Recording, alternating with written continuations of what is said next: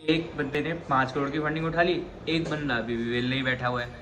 अब ये idea same था, मतलब सब कुछ सेम था, मतलब कम कॉलेज सेम था, सारी चीज़ें सेम थी।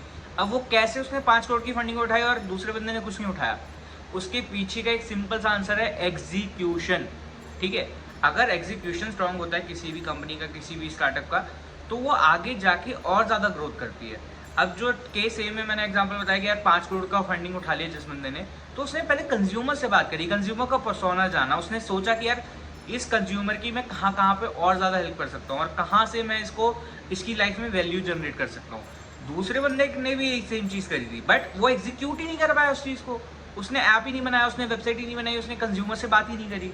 अब वो जो चीज़ है, वो चीज़ आपके दिमाग में हमेशा आती होगी, यार मेरे पास वो आइडिया था, मैंने उसका एग्जीक्यूट नहीं करा।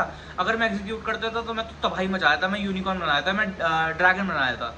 तो ड्रैगन क्या होता है? ड्रैगन मैं आपको बता देता हूँ। ड्रैगन होता है कि यूनिकॉर्न से ऊपर ड्रैगन होता है, राइट, जिसका $100 बिलियन का रेवेन्यू, $100 बिलियन का वैल्यूएशन होता है।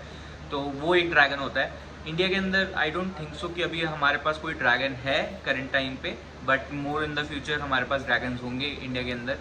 एंड यस, तो मैं मतलब वही बता रहा था कि एग्जीक्यूशन जो होता है वो सबसे ज़्यादा मैटर करता है किसी भी स्टार्टअप की साइड पे।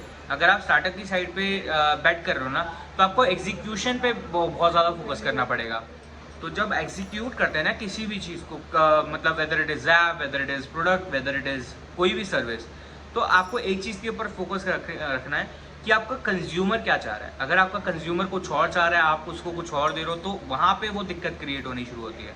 तो हमेशा इस चीज़ के ऊपर फोकस करो कि कंज्यूमर क्या चाह रहा है। और हाँ, जो 5 करोड़ केस ए में हम लोगों ने बताया कि 5 करोड़ रुपये उसने उठा लिया और दूसरा बंदा वेला बैठा हुआ है, इस वेले बंदे को भी आप 5 करोड़ रुपये उठवा सकते थे अगर वो सही से प्रोडक्ट बनाता, सही से एग्जीक्यूट करता और टेस्ट करता मार्केट के अंदर। उसने टेस्ट ही नहीं करा, उसने कंज्यूमर से बात ही नहीं करी, उसको पता ही नहीं कि कंज्यूमर क्या चाह रहा है। बट उसका आइडिया भी सॉलिड था, इसका भी आइडिया सॉलिड था। तो आप इस चीज़ को फोकस करो कि भाई प्रोडक्ट बनाओ, ठीक है, पेविट करो, कोई दिक्कत नहीं है।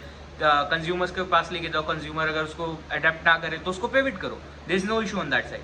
तो इस चीज़ के ऊपर फोकस करो। And hope to see you soon, hope to see you wealthy, and bye bye.